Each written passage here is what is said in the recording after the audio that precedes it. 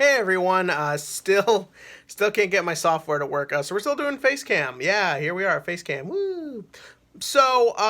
This week for Card Fight Vanguard, we kind of delved into some risky territory. In as much as last time they did the Myojin stuff, it went pretty much about as bad as it possibly could have. Yeah, I'm not a fan of that whole thing at all. And it's above all else, it's such a flawed concept because every aspect of it is recycled from better shows that there isn't really a lot you can do with it. Having said that, I think they may have found the closest they can get, and I hope it goes well. Because I think if they do it right, it could be really interesting, and we'll talk about that. So, first and foremost, where this episode begins, I think that's smart. I think opening with Tatsuya's dad's funeral is a good idea, and I think it's partially a good idea because of it's that idea that death sort of forces reality to come into play. It forces that idea that something serious happens, something you can't come back from. And I think it's a good idea to do it with these characters because that meant that we ended on this optimistic note, and shortly after that, it went wrong. Like something bad happened, and it affected everybody. And I think the minimalism of the scene is a really smart play. They could have shown more of the funeral. They could have showed Tatsuya crying. They could have done all this, but I think just that idea of everyone standing there just sort of sad at what reality does, I think is a very powerful image. And I think making it monochrome is smart. I think the voiceover is smart. I think the acting's on point. I think it's a very smart way to open the episode. And then right after, we get into what I think could be the saving grace of this storyline.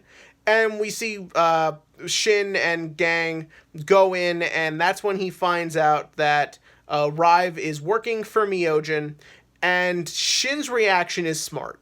It is what I think it should be. The thing they could have done that could have gone horribly wrong here was they could have immediately just started exposition dumping stupid, nonsensical, cray, space magic crap, which is what they've done time and time again.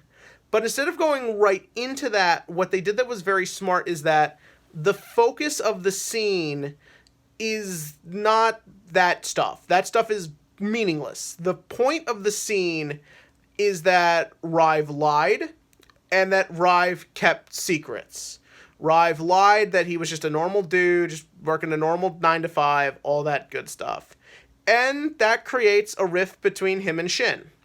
That idea that Shin thought he was at the point where him and Rive could kind of look at each other as equals, that Rive respected him as both an adult and a Vanguard fighter, and that they could sort of be on this bigger level. And because Rive is Shin's father figure, I think it really plays right. Because it's sort of the idea that when you're a kid, you dream of that day where you can sort of feel like you're on your parents' level. When you've reached that point that they can think of you as an equal. I think that's something a lot of kids do want. And it's something Shin wants. Because Shin's whole thing is he wants to be an adult for Masaki. He wants to run the shop. He wants to do all this. And so looking up to somebody and striving to be like them or at their level is something that makes sense that he would want to do. So when he finds out that he's not nearly as close to that as he thought he was, it really kind of hurts him, and he wants answers. And I think that's very well done, and it's very emotionally handled right. The other smart thing about it is that the other part of it is that Rive kept secrets, which tells us a couple things. It tells us that Rive is in some deep shit. But more importantly, it's another reminder that not only does Rive not view Shin as an equal, but Rive feels that Shin is so far away from this more serious shit that he's got to keep it hidden, that Shin can't know about this, that the idea that to Rive, the world is still so much scarier than Shin is ready for, because parents have to do that. Parents have to keep things hidden from their children. Parents keep things their children are not ready for from them knowing. You can name a lot of things, whether it's sex or violence or all these things. Our parents keep them hidden for us because they're beyond what we're ready for. So that establishes that all the cray shit, all Myojin stuff is beyond what Shin, and therefore by extension the audience, is ready for. And I think that's a very smart way to do it. And I think that's good.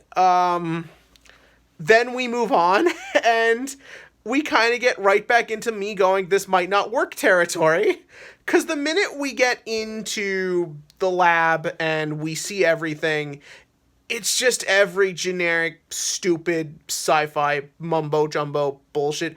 And they don't do anything to make it interesting. I think that is a big downtrodden of G, is that G never tries to make anything interesting. It just wants to show you product and make you think these characters are cool, but it never goes through the effort to make you feel like those things are earned. And that's what it sort of felt like was happening here. They want you to be afraid. They want all this sort of sci-fi nonsense to make sense, but it doesn't, because there's nothing interesting or different about it. It's the same generic gray-looking rooms. It's the same generic evil scientist. It's the same generic everything. Everything about it is just standard, and that doesn't work when you've spent a lot of time trying to separate yourself by being more of a character-driven drama. So, yeah, that's already a big problem.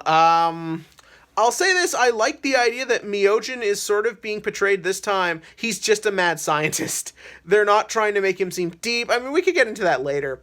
But as of right now, he's just insane. And even when he's like, Cray is real and I'm trying to connect us to it, everyone's kind of like, this dude's fucking nuts. And even though Rive is like saying, oh no, there's truth to this, it still sort of feels like Rive is acknowledging he's nuts. Which I kind of like. And also the other thing I like, Chrono being there. And I didn't think of this till after the episode was over. The way Rive holds Chrono, it feels very evocative of the whole point. Trying to keep things hidden, trying to keep things secretive for others' safety and innocence, I think is kind of what that felt like. And of course, it gets to a little plot thing later. The card fight happens. It's good. We've all been there, man. Just like, they just get those crits. But yeah, but it's just like nothing from this feels like it's impactful. Like, the whole thing is supposed to be the power of imagination, but nothing about it feels cerebral. There's no, like, I don't know, they don't attach leads to their heads. There's no, like, brain analyzing. There's nothing referring to neurology or anything that would give the inkling that what they're doing has anything to do with imagination or the concept of thought or anything that Vanguard constantly claims it's about, but then never is. It's just generic, normal shonen crap. Like, this is the same thing as chakra. It's the same thing as shadow magic. It's, I don't know, the same thing as Pikachu's electric cheek sacks. It's a made-up magical energy that there's just unlimited numbers of whenever you fucking need it. And there's just nothing else to it. And, like, I think you really could try and make something different with it, but they've just never have. And I don't want that to be the downfall of this arc, because I think you do have an interesting setup and could do something really interesting, so I don't want them to screw that up. But yeah, no, we'll just have to wait and see. The episode ends on an interesting note. You know, I think it's, you know, we know Chrono's going to become the protagonist, so setting it up, his, like, imagination is what flares everything is fine. But, I mean, it just goes back to what I was saying. It's just stupid shonen crap. And they've got an arm, which means Shin knew about aliens and alien magic for the entirety of the original show and was never like, hey, I know about this shit. Be careful, man. Be careful. So yeah, so that is that. That is this week's episode. I mean, I think it's juggling a lot of ideas, and I hope it works, and I think it very well can work. But you gotta go through the necessary steps, and Vanguard has a history of not wanting to do that. So we'll just see where it goes as time goes from here. But tell me what you thought about that bullet. If everything worked for you, that's totally fine. Tell me what. But yeah, tell me that. And as for the Vanguard question of the week, what do you think of Gear Chronicles sticking to the main deck grade 4 stuff? Because It's an interesting playstyle, but your deck ratios are so fucking wonky, it can be really hard to work with, but at the same time, a lot of people don't want the G-Zone back, so what's Gears to do? So tell me about that below, and as always, click to like, click to subscribe, and join me next week as Shin is with his mommy figure, if you know what I mean.